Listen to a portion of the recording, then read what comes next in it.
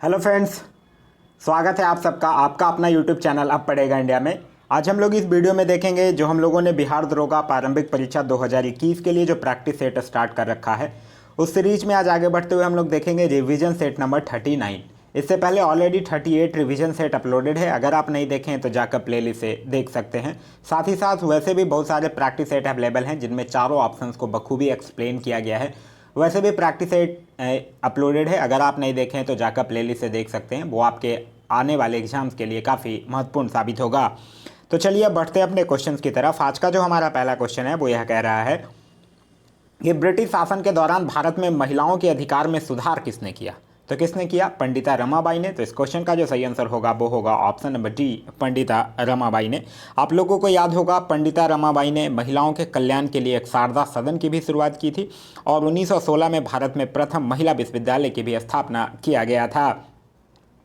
आगे कह रहा है मध्यकाल में भारत आने वाले यात्रियों ने अपनी जीवनी लिखी और दरबारी कवियों ने अपने राजाओं की प्रशंसा के लिए कविताएं लिखें। इन साहित्य स्रोतों को क्या कहा जाता है? तो इन साहित्य स्रोतों को इतिवृत्त कहा जाता है। तो इस क्वेश्चन का जो सही आंसर होगा वो होगा ऑप्शन नंबर बी, इतिवृत्त। अच्छा, एक आपने पढ़ा होगा यात्रा वृत्तांत। यात्रियों जो थे वो अपने यात्राओं का जो विवरण लिखते थे उसको यात्रा वृत्तांत कहा जाता था। नेक्स्ट है हमारा कि शौकत अली और मोहम्मद अली बंधुओं द्वारा भारत में किस आंदोलन का नेतृत्व जो है वो किया गया था। तो किस आंदोलन का नेतृत्व किया गया था? इन लोग दोनों के द्वारा किया गया था खिलाफत आंदोलन का नेतृत्व। तो इस क्वेश्चन का जो सही आंसर होगा वो होगा ऑप्शन नंबर डी, खिलाफत आंदोलन का नेतृत्व किया गया था। नेक्स्ट कह रहा है कि संगम काल के महाकाव्य शिल्पादिकरम और मणिमेखले किस भाषा में लिखे गए थे। तो यह दोनों जो है वो तमिल भाषा में लिखा गया था। तो इस क्वेश्चन का जो सही आंसर होगा वो होगा ऑप्शन नंबर डी, तमिल भाषा में।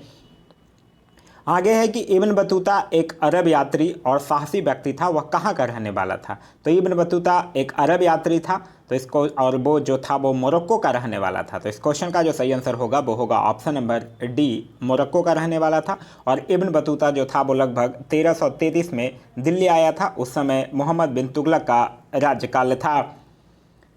नेक्स्ट कह रहा है कि प्राचीन भारत में कल्हन द्वारा निम्नलिखित में से कौन सी पुस्तक लिखी गई थी। तो कल्हन के द्वारा राज्य तरंगिणी लिखी गई थी जिसमें कि कश्मीर के इतिहास का वर्णन किया गया है। तो इस क्वेश्चन का जो सही आंसर होगा वो होगा ऑप्शन नंबर ए, कल्हन जो था वो हर्ष का आश्रित कवि था।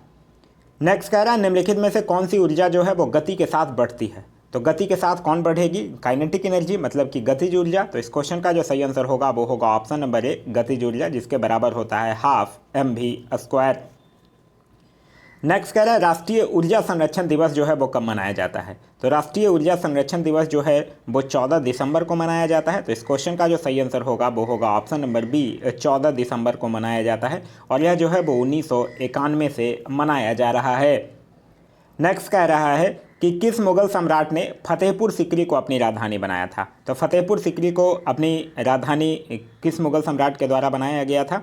यह बनाया गया था कोयल के द्वारा, सॉरी अकबर के द्वारा। तो इस अच्छा यहाँ क्या पूछ रहा है? हाँ, अकबर के द्वारा। ये कोयल मैं इसके ऑप्शन पढ़ रहा हूँ। किस मुगल सम्राट ने फतेहपुर सिकरी को अपनी राजधानी बनाया था? तो किसने बनाया था? अकबर ने बनाया था। और अकबर जो था वो 1571 ईस्वी में फतेहपुर सिकरी को मुगल साम्राज्य की राजधानी बनाया था। नेक्स्ट कह रहा है निम्नलिखित में से कौन सी प्राणी जो है वो आमतौर पर अपने घोंसले में अंडे नहीं देता है। तो यह कौन नहीं देता है? कोयल नहीं देता है। तो इस क्वेश्चन का जो सही आंसर होगा वो होगा ऑप्शन नंबर बी, कोयल। नेक्स्ट कह रहा है कि एक पूर्णिमा और उससे अगली पूर्णिमा के बीच की अवधि जो है वो कितने दिनों से थोड़ी अधिक होती है। तो यह जो है वो लगभग कितना होता है? 29.5 होता है। तो इस क्वेश्चन का जो सही आंसर होगा वो होगा ऑप्शन नंबर बी, 29.5 दिन। आगे कह रहा है कि कुछ दिनों तक खुले में रखे जाने पर चांदी की बनी वस्तुएं जो है वो किसके बनने की वजह से काली हो जाती है। तो उस पर क्या बन जाता है? Ag2S बन जाता है। तो इस क्वेश्चन का जो सही आंसर होगा वो होगा option number D, Ag2S। Next कह रहा है कि किस तारामंडल के अन्य नाम बिग डीपर, ग्रेट बियर और सप्तऋषि है। ये कौन से तारामंडल का नाम है? सप्तऋषि मंडल का है। तो इस क्वेश्चन का सही आंसर होगा ऑप्शन नंबर डी, सप्तऋषि मंडल। नेक्स्ट कह रहा है कि शुक्र ग्रह का वायुमंडल जो है वो किस अम्ल से बना है। तो शुक्र ग्रह का वायुमंडल जो है वो सल्फ्यूरिक अम्ल से बना हुआ है। तो इस क्वेश्चन का जो सही आंसर होगा वो होगा ऑप्शन नंबर ए, सल्फ्यूरिक अम्ल। सल्फ्यूरिक अम्ल यानी H2SO4, जिसको कि ऑयल ऑफ विट्रॉल के नाम से भी जाना जाता है। आगे कह रहा है कि मेलाकाइट जो है वो किसका एक यस्क है, तो मेलाकाइट जो है वो कॉपर का यस्क है। तो इस क्वेश्चन का सही आंसर होगा ऑप्शन नंबर बी, तांबा। नेक्स्ट कह रहा है कि भारत सरकार ने 2020 में जब पहली बार चीनी मोबाइल ऐप पर प्रतिबंध लगाया था तो उसकी संख्या कितनी है थी। तो पहली बार में कितने ऐपों पर प्रतिबंध लगाया गया था? पहली बार में 59 ऐपों पर लगाया गया था। तो इस क्वेश्चन का जो सही आंसर होगा वो होगा ऑप्शन नंबर बी, 59। आगे कह रहा है कि मार्च 2020 को किस देश में राष्ट्रपति शपथ समारोह के दौरान लगातार विस्फोट हुए थे? तो कौन से कहाँ हुआ था? अफगानिस्तान में हुआ था। तो इस क्वेश्चन का सही आंसर होगा ऑप्शन नंबर ए, अफगानिस्तान में। नेक्स्ट कह रहा है कि किस प्रदेश की सरकार घरों में आवारा पशुओं को रखने के इच्छुक किसानों को प्रतिमाह 900 रुपये देगी? या किस देश की सरकार देगी? उत्तर प्रदेश सरकार देगी। तो इस क्वेश्चन का सही आंसर होगा ऑप्शन नंबर ए, उत्तर प्रदेश। नेक्स्ट कह रहा है कि HDFC बैंक का नया CEO जो है वो किन्हें नियुक्त किया गया है? तो HDFC बैंक का नया CEO जो है वो शशिधर जगदीशन को नियुक्त किया गया है। तो इस क्वेश्चन का सही आंसर होगा ऑप्शन नंबर ए। नेक्स्ट कह रहा है कि कोविड-19 के कारण IPL के 13वें संस्करण कहाँ आयोजित हुए? तो यह बाद में फिर UAE में आयोजित हुआ था। तो इस क्वेश्चन का जो सही आंसर होगा वो होगा ऑप्शन नंबर बी, UAE। अभी इस बार का भी जो IPL है उसके भी रिमेनिंग संस्करण जो हैं वो UAE में ही खेला जाएगा। नेक्स्ट कह रहा है भारत के किस केंद्र शासित प्रदेश में पंचायती राज व्यवस्था नहीं है? तो यह कौन से? दिल्ली में नहीं है। तो इस क्वेश्चन का सही आंसर होगा वो होगा ऑप्शन नंबर सी, दिल्ली में पंचायती राज व्यवस्था नहीं है। नेक्स्ट कह रहा है ब्रह्मोस द्वितीय किस प्रकार का एक युद्धक अस्त्र है जो वर्तमान में रूस की NPO मसीनोएनिया और भारत के रक्षा अनुसंधान एवं विकास संगठन द्वारा संयुक्त रूप से विकासाधीन है? यह किसकी बात कर रहा है? यह बात कर रहा है हाइपरसोनिक क्रूज मिसाइल की। तो यह जो है वो हाइपरसोनिक क्रूज मिसाइल है। तो इस क्वेश्चन का सही आंसर होगा ऑप्शन नंबर सी। नेक्स्ट कह रहा है भारत के गवर्नर जनरल का पद जो है वो निम्नलिखित में से किसके द्वारा सृजित किया जाता है? तो गवर्नर जनरल का जो पद है वो चार्टर एक्ट 1833 के तहत सृजित किया गया था। तो इस क्वेश्चन का जो सही आंसर होगा वो होगा ऑप्शन नंबर ए, चार्टर एक्ट 1833। नेक्स्ट कह रहा है कि भारतनाट्यम की उत्पत्ति जो है वो किस राज्य में हुई है? तो भारतनाट्यम की उत्पत्ति जो है वो तमिलनाडु राज्य में हुई है। तो इस क्वेश्चन का सही आंसर होगा option number D, Tamil Nadu. Next कह रहा है कि किसी परमाणु के नाभिक में मौजूद प्रोटॉन और न्यूट्रॉन की कुल संख्या को किसके रूप में जाना जाता है? तो प्रोटॉन और न्यूट्रॉन की कुल संख्या को द्रव्यमान संख्या के रूप में जाना जाता है। तो इस क्वेश्चन का जो सही आंसर होगा वो होगा ऑप्शन नंबर सी, द्रव्यमान संख्या। नेक्स्ट कह रहा है विजयवाड़ा जो है वो किस नदी के तट पर स्थित है? तो विजयवाड़ा की अगर हम लोग बात करते हैं तो यह कृष्णा नदी के तट पर स्थित है। तो इस क्वेश्चन का सही आंसर होगा ऑप्शन नंबर बी, कृष्णा नदी के तट पर स्थित है। नेक्स्ट कह रहा है कि निम्नलिखित में से कौन सी गैस विकसित होती है जब इथेनॉल सोडियम के साथ प्रतिक्रिया करता है? तो जब इथेनॉल जो है वो सोडियम के साथ प्रक्रिया करेगा तो उसमें से हाइड्रोजन गैस निकलती है। तो इस क्वेश्चन का सही आंसर होगा option number C, hydrogen gas. Next कह रहा है कि किसी धातु ब्लॉक में मौजूद अदृश्य दरार या छिद्र का पता लगाने के लिए उसके अंदर भेजी जाने वाली अल्ट्रासोनिक तरंगे ब्लैंक का उपयोग करके प्राप्त किया जा सकता है। तो यह जो है वो संचारी तरंगों का पता लगाने के लिए प्रयुक्त सूचक है। तो इस क्वेश्चन का जो सही आंसर होगा वो होगा ऑप्शन नंबर बी। नेक्स्ट कह रहा है ब्लैंक संविधान सभा के द्वारा भारतीय संविधान को अंगीकृत और अधिनियमित किया गया था। तो यह कब किया गया था? 26 नवंबर 1949 को। तो इस क्वेश्चन का सही आंसर होगा ऑप्शन नंबर ए, 26 नवंबर 1949 को।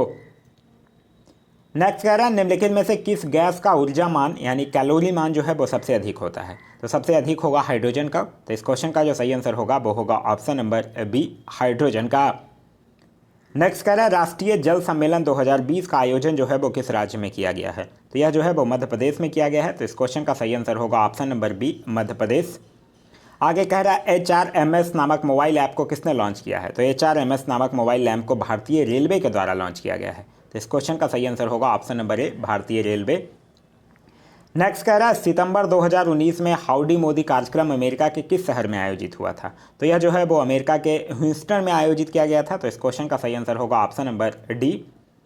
नेक्स्ट कह रहा है भारत में कोरोना वायरस का पहला मामला जो है वो किस राज्य में आया? तो भारत में कोरोना वायरस का पहला मामला जो है वो केरल में आया और पहली मौत जो है वो कर्नाटक में हुई है। नेक्स्ट कह रहा है लिसनिंग, लर्निंग एंड लीडिंग किसने लिखी है? तो यह पुस्तक जो है वो वेंकैया नायडू के द्वारा लिखी गई है। तो इस क्वेश्चन का सही आंसर होगा option number C, Venkaiah Naidu.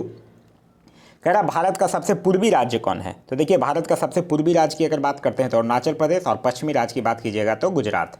तो इस क्वेश्चन का जो सही आंसर होगा वो होगा ऑप्शन नंबर सी, अरुणाचल प्रदेश। नेक्स्ट कह रहा है एक अवतल लेंस के मुख अक्ष के समानांतर स्थित वस्तु से निर्गत प्रकाश की किरण अपवर्तन के बाद लेंस के उसी तरफ किस बिंदु की ओर झुकती हुई प्रतीत होती है। तो यह जो है वो मुख फोकस की ओर झुकती हुई प्रतीत होगी। तो इस क्वेश्चन का जो सही आंसर होगा वो होगा ऑप्शन नंबर सी, मुख फोकस की ओर। नेक्स्ट कह रहा है भारतीय संविधान के किस अनुच्छेद के तहत राष्ट्रपति किसी राज्य की संवैधानिक प्रणाली के विफल होने की दशा में उस राज्य का शासन संभाल सकता है। तो कौन से अनुच्छेद के तहत? 356 के तहत। इस क्वेश्चन का सही आंसर होगा ऑप्शन नंबर डी, 356। 352 के तहत राष्ट्रीय आपातकाल, 356 के तहत राष्ट्रपति शासन और 360 के तहत वित्तीय आपातकाल। आगे कह रहा है खतरों का संकट देने वाली लाइटों के लिए लाल रंग को क्यों वरीयता दी जाती है? क्योंकि लाल रंग के प्रकाश की तरंग दैर्घ्य उच्चतम होता है और प्रकीर्णन जो है वो न्यूनतम होता है। तो इस क्वेश्चन का सही आंसर होगा वो होगा ऑप्शन नंबर सी।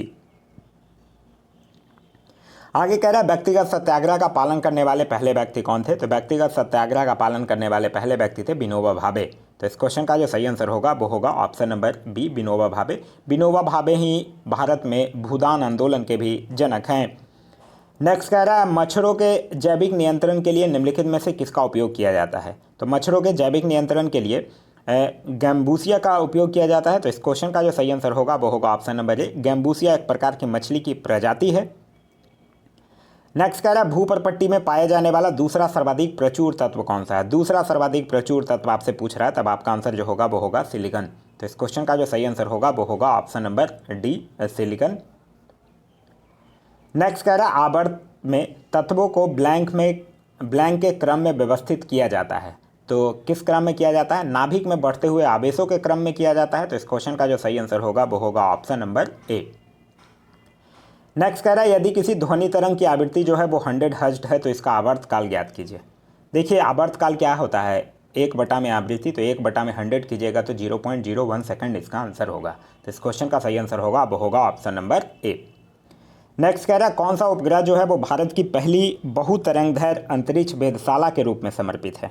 यह किसकी बात कर रहा है? यह बात कर रहा है एस्ट्रोनॉट की। तो इस क्वेश्चन का जो सही आंसर होगा वो होगा ऑप्शन नंबर सी। नेक्स्ट कह रहा है कि किसी परिपथ में बहने वाली धारा को मापने के लिए अमीटर को कैसे जोड़ा जाता है? तो अमीटर को श्रेणी में जोड़ा जाता है। तो इस क्वेश्चन का सही आंसर होगा वो होगा ऑप्शन नंबर बी, श्रेणी क्रम में। नेक्स्ट कह रहा है भारत और चीन के बीच सीमा रेखा का नाम क्या है? तो भारत और चीन के बीच जो सीमा रेखा है उसका नाम है मैकमोहन रेखा। तो इस क्वेश्चन का जो सही आंसर होगा वो होगा ऑप्शन नंबर सी, मैकमोहन रेखा।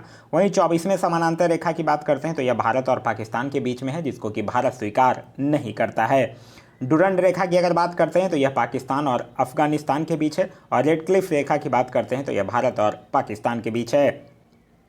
नेक्स्ट कह रहा है कि रक्त के उचित संकंदन क्लॉटिंग के लिए निम्नलिखित में से किस विटामिन की आवश्यकता होती है? तो इसके लिए विटामिन के की आवश्यकता होती है। तो इस क्वेश्चन का जो सही आंसर होगा वो होगा ऑप्शन नंबर डी, विटामिन के की आवश्यकता होती है। विटामिन की अगर बात करते हैं तो विटामिन की खोज जो है वो फंक के द्वारा 1911 में किया गया था। आगे कह रहा है कि बायोगैस बहुत अच्छा ईंधन होता है क्योंकि इसमें इतना % मीथेन होता है, क्योंकि इसमें 50 से 60% जो है वो मीथेन होता है। तो इस क्वेश्चन का जो सही आंसर होगा वो होगा ऑप्शन नंबर ए, 50 से 60%। नेक्स्ट है हमारा कि सूर्य और मंगल ग्रह के बीच की दूरी कितनी है? तो सूर्य और मंगल ग्रह के बीच की दूरी है 227.9 मिलियन किलोमीटर। तो इस क्वेश्चन का जो सही आंसर होगा वो होगा ऑप्शन नंबर सी। वहीं याद रखिएगा मंगल ग्रह को लाल ग्रह भी कहा जाता है क्योंकि उस पर आयरन ऑक्साइड की उपस्थिति होती है। नेक्स्ट कह रहा है कि ब्लैंक पतियों के एपिडर्मिक्स में पाई जाने वाली वो संरचनाएं हैं जो बाष्पोर्जन और गैसीय अंतरण की प्रक्रिया को नियंत्रित करती है। तो यह बात कर रहा है स्टोमेटा की। तो इस क्वेश्चन का जो सही आंसर होगा वो होगा ऑप्शन नंबर सी, स्टोमेटा जो है वो पतियों के एपिडर्मिक्स में पाई जाने वाली संरचनाएं हैं। नेक्स्ट कह रहा है टोंगा की खेती किस महासागर, टोंगा की खाई जो है वो किस महासागर में स्थित है? तो टोंगा की खाई जो है वो प्रशांत महासागर में स्थित है। तो इस क्वेश्चन का जो सही आंसर होगा वो होगा ऑप्शन नंबर ए, प्रशांत महासागर में स्थित है। टोंगा गर्त की गहराई जो है वो लगभग 9000 मीटर है। नेक्स्ट कह रहा है राष्ट्रकूट का शाही प्रतीक क्या था? तो राष्ट्रकूट का शाही प्रतीक था गोल्डन ईगल। तो इस क्वेश्चन का जो सही आंसर होगा वो होगा option number D, eagle. Rashtrakuta वंश की संस्थापक की अगर बात करते हैं तो इसके संस्थापक था दंतिदुर्ग। नेक्स्ट है कि पौधे के स्वस्थ विकास के लिए पोषक तत्वों के रूप में मिट्टी में जो पदार्थ जोड़े जाते हैं उन्हें क्या कहा जाता है? तो उनको उर्वरक कहा जाता है। तो इस क्वेश्चन का जो सही आंसर होगा वो होगा ऑप्शन नंबर डी, उर्वरक कहा जाता है। नेक्स्ट कह रहा है कि संक्रमित कोशिकाओं से अन्य गैर संक्रमित कोशिकाओं की रक्षा के लिए संक्रमित कोशिकाएं जो है वो कौन सा प्रोटीन स्रावित करती हैं। तो यह जो है वो इंटरफेरॉन स्रावित करती हैं। तो इस क्वेश्चन का जो सही आंसर होगा वो होगा option number C, interferon. Next है हमारा कि दिल्ली के किस सुल्तान को उसके शासन के दौरान साहसिक फैसले लेने के लिए जाना जाता था। तो यह किसकी बात कर रहा है, यह बात कर रहा है मोहम्मद बिन तुगलक की। तो इस क्वेश्चन का जो सही आंसर होगा वो होगा ऑप्शन नंबर ए, मोहम्मद बिन तुगलक। और मोहम्मद बिन तुगलक के ही शासनकाल में इब्न बतूता जो था वो भारत आया था। और मोहम्मद बिन तुगलक जो था वो सर्वाधिक शिक्षित, विद्वान और योग्य शासक था, लेकिन उसे पागल, स्वप्नशील और रक्त पिचासु के नाम से जाना जाता है। नेक्स्ट कह रहा है संवैधानिक कानूनी अधिकारों के लिए आदेश जारी करने की शक्ति किस न्यायालय के पास होती है। तो यह जो है वो उच्च न्यायालय के पास होती है। तो इस क्वेश्चन का जो सही आंसर होगा वो होगा ऑप्शन नंबर सी। और वर्तमान में अभी भारत में 25 उच्च न्यायालय हैं। नेक्स्ट कह रहा है वेनेजुएला के घास के मैदानों को किस रूप में जाना जाता है। तो वेनेजुएला के घास के मैदानों को लानोस के रूप में जाना जाता है। तो इस क्वेश्चन का जो सही आंसर होगा वो होगा ऑप्शन नंबर ए। नेक्स्ट कह रहा है एशिया की सबसे लंबी नदी निम्न में से कौन सी नदी है। तो एशिया की सबसे लंबी नदी जो है वो यांगत्से सोंग नदी है। तो इस क्वेश्चन का सही आंसर होगा वो होगा ऑप्शन नंबर ए। नेक्स्ट कह रहा है मंत्रिपरिषद के सदस्यों की अधिकतम संख्या का निर्धारण जो है वो किस संविधान संशोधन अधिनियम के द्वारा किया गया है। तो इसमें यह क्या कहा गया था कि मंत्रिपरिषद में अधिकतम लोकसभा सीट के कुल 15% हो सकते हैं, जो कि 51वां संविधान संशोधन में कहा गया है। तो इस क्वेश्चन का सही आंसर होगा वो होगा ऑप्शन नंबर ए। फिर कह रहा है कि 14 जून 2020 को किस मशहूर अभिनेता का निधन हो गया है। तो किनका हुआ है निधन, सुशांत सिंह राजपूत का हुआ था। तो इस क्वेश्चन का सही आंसर होगा वो होगा option number C, Sushant Singh Rajput का।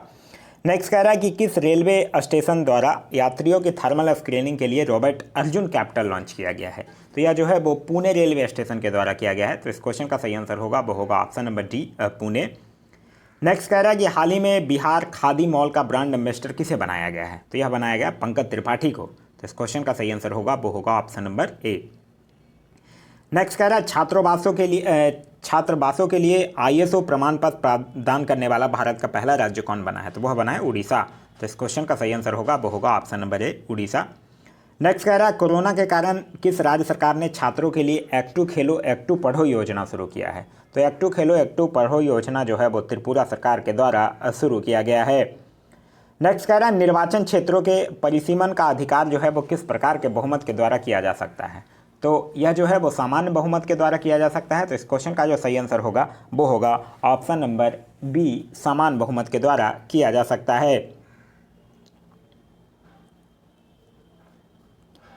नेक्स्ट कह रहा है कि दूसरा गोलमेज सम्मेलन कब हुआ था। तो दूसरा गोलमेज सम्मेलन कब, 1931 में। प्रथम गोलमेज सम्मेलन 1930, दूसरा 1931 और तीसरा गोलमेज सम्मेलन 1932। तो इस क्वेश्चन का जो सही आंसर होगा वो होगा ऑप्शन नंबर ए, 1931 में।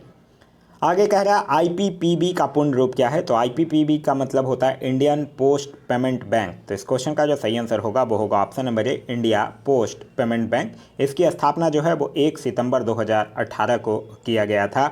इसका मुख्यालय जो है वो नई दिल्ली में स्थित है।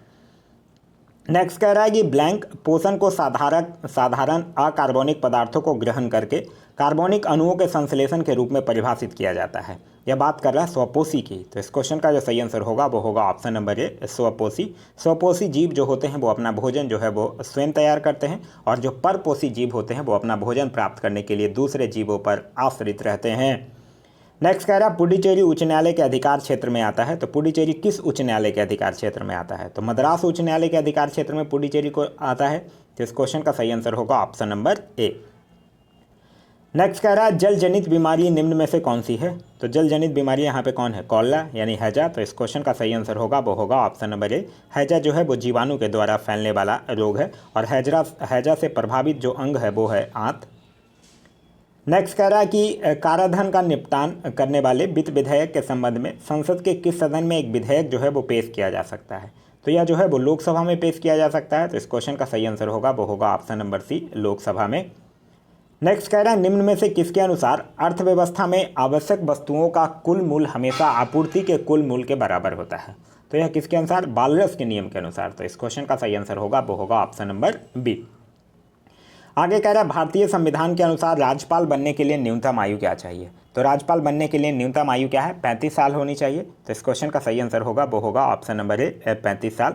राज्यपाल की नियुक्ति जो है वो राष्ट्रपति के द्वारा किया जाता है और इसका शपथ जो है वो मुख्य न्यायाधीश के द्वारा दिलवाया जाता है। नेक्स्ट है हमारा कि निम्नलिखित में से कौन सा कोशिकांग जो है वो केवल पादप कोशिकाओं में मौजूद है। तो यह कौन है, लवक यानी प्लास्टिसाइड्स। तो इस क्वेश्चन का सही आंसर होगा वो होगा option number B plastids. Next कह रहा प्रस्तावना शब्द का अर्थ है। तो प्रस्तावना शब्द के अगर अर्थ की बात करते हैं तो इसका अर्थ क्या है, संविधान का परिचय। तो इस क्वेश्चन का सही आंसर होगा वो होगा ऑप्शन नंबर सी संविधान का परिचय। प्रस्तावना को ही संविधान का कुंजी भी कहा जाता है और 1976 में 42वें संविधान संशोधन अधिनियम के द्वारा प्रस्तावना में संशोधन किया गया था। नेक्स्ट कह रहा है कि नील नदी कहाँ पर गिरती है। तो नील नदी जो है वो भूमध्य सागर में गिरती है और विक्टोरिया झील से निकलती है। यह जो है वो विश्व की सबसे लंबी नदी है। तो इस क्वेश्चन का जो सही आंसर होगा वो होगा ऑप्शन नंबर ए भूमध्य सागर में गिरती है, विक्टोरिया झील से निकलती है और विश्व की सबसे लंबी नदी है। आगे कह रहा है कौन सा दर्रा जो है वो हिमाचल प्रदेश के लाहौल जिले को लेह से जोड़ता है। यह कौन सा दर्रा है, बाडलाचा दर्रा। तो इस क्वेश्चन का जो सही आंसर होगा वो होगा ऑप्शन नंबर ए। ठीक है, नाथुला दर्रा कहाँ है, नाथुला दर्रा है कहाँ, सिक्किम में। दिहांग दर्रा कहाँ है, अरुणाचल प्रदेश में। और बोमडीला दर्रा कहाँ है, अरुणाचल प्रदेश में। नेक्स्ट कह रहा है निम्नलिखित में से किस योजना के अंतर्गत ग्रामीण क्षेत्रों में आजीविका सुरक्षा सुनिश्चित करने के लिए प्रत्येक परिवार को प्रतिवर्ष 100 दिनों का वेतन आधारित रोजगार प्रदान करने का लक्ष्य रखा गया है। तो यह किस में रखा गया, मनरेगा में। तो मतलब महात्मा गांधी ग्रामीण रोजगार गारंटी योजना में। नेक्स्ट कह रहा है निम्न में से कौन जो है वो बंदा बहादुर के रूप में प्रसिद्ध था। तो बंदा बहादुर के रूप में कौन प्रसिद्ध था, बंदा सिंह। तो इस क्वेश्चन का सही आंसर होगा वो होगा ऑप्शन नंबर सी बंदा सिंह जो था वो बंदा बहादुर के रूप में प्रसिद्ध था। यह जो थे वो पहले सिख सेनापति थे। नेक्स्ट कह रहा है कि रुद्रसागर झील जो है वो किस राज्य में स्थित है। तो रुद्रसागर झील जो है वो त्रिपुरा में स्थित है। तो इस क्वेश्चन का जो सही आंसर होगा वो होगा ऑप्शन नंबर ए त्रिपुरा। और त्रिपुरा जो है वो 3 ओर से बांग्लादेश से घिरा हुआ है। नेक्स्ट कह रहा है विश्व अर्थव्यवस्था के साथ किसी देश की अर्थव्यवस्था के एकीकरण को क्या कहा जाता है। तो क्या कहा जाता है, वैश्वीकरण कहा जाता है। तो इस क्वेश्चन का सही आंसर होगा वो होगा ऑप्शन नंबर डी वैश्वीकरण कहा जाता है। नेक्स्ट कह रहा है पौधों में बासोर्जन की दर मापने के लिए किस उपकरण का प्रयोग किया जाता है। तो किसका किया जाता है, गेनोम पोटोमीटर का किया जाता है। तो इस क्वेश्चन का जो सही आंसर होगा वो होगा ऑप्शन नंबर बी।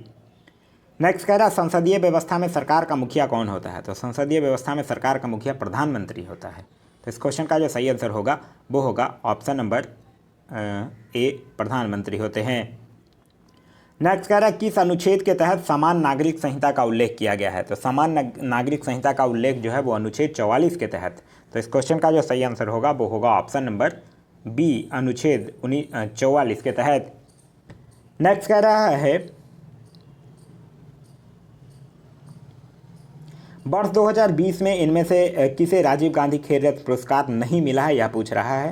तो किनको राजीव गांधी खेल रत्न पुरस्कार नहीं मिला था। तो ये रोहित शर्मा को मिला था, विनेश फोगाट को मिला था, रानी रामपाल को मिला था, ईशान शर्मा को नहीं मिला था। तो इस क्वेश्चन का सही आंसर होगा वो होगा ऑप्शन नंबर बी।